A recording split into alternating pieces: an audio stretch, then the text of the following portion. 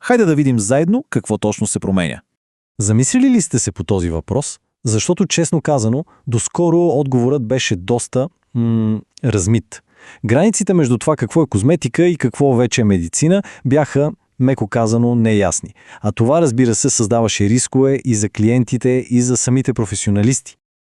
Точно за това на сцената излиза новият държавен образователен стандарт, или накратко ДОС номер 126.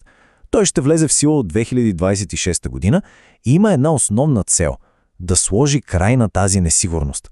Да каже черно на бяло. Ето, това е работа за козметик. Добре, а каква е в основата си цялата тази промяна? Всичко се върти около един единствен, но пък ключов принцип. Да се поставят ясни, ама наистина ясни граници. Ето го и официалното определение. Какво означава това на прост език? Означава, че фокусът е изцяло върху грижата за здравата кожа.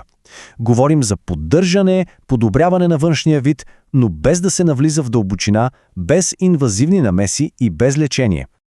Добре, да започнем с това, което е позволено. Нека да видим кои процедури си остават твърдо в ръцете на квалифицирания козметик. Тук общо взето са всички онези класически процедури, които добре познаваме и харесваме.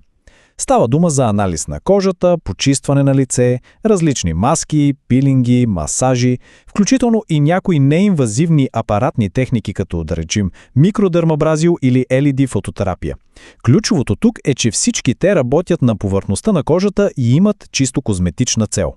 И ето стигаме до най-важната, най-обсъдената част от промяната. Хайде да видим какво вече категорично не може да прави един козметик и за кои процедури ще трябва да се търси медицински специалист. Точка. От тук нататък тези процедури се водят медицинска практика. Просто и ясно. Всяко нещо, което прониква по-дълбоко, което нарушава целостта на кожата или пък цели лечение, това вече е работа за лекар. И тук става наистина интересно, особено при високотехнологичните апарати. Да вземем, например, HIFU или HIFU, апаратът, който използва ултразвук за дълбок лифтинг, вече извън обсега на козметика.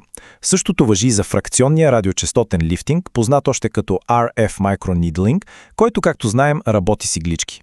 Всички медицински лазери за премахване на татуировки, както и аблативните лазери, които на практика изпаряват слоеве от кожата, всичко това вече е в полето на медицината.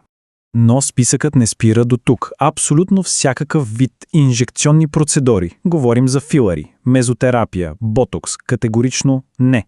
Също така процедури като плазма пен, премахването на каквито и да е кожни образувания или пък криотерапия с течен азот. Всичко това вече изисква медицинска диплома.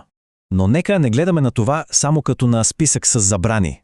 Всъщност, идеята е съвсем друга. Целта е професията да се издигне на едно по-високо, по-сигурно и по-професионално ниво. В крайна сметка, какво печелим от всичко това? Печелят всички. От една страна, по-добре обучени професионалисти. От друга, много по-добре защитени клиенти. И не на последно място, една ясна пътека за развитие на козметиците, в която те да са най-добрите в своята област, без да прекрачват в територията на медицината.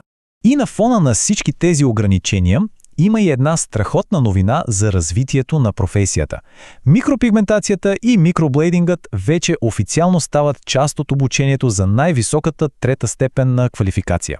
Това ще става в рамките на едногодишен курс, което е супер, защото означава, че тази толкова популярна услуга най-накрая получава своята регулация и става част от сериозната професионална подготовка.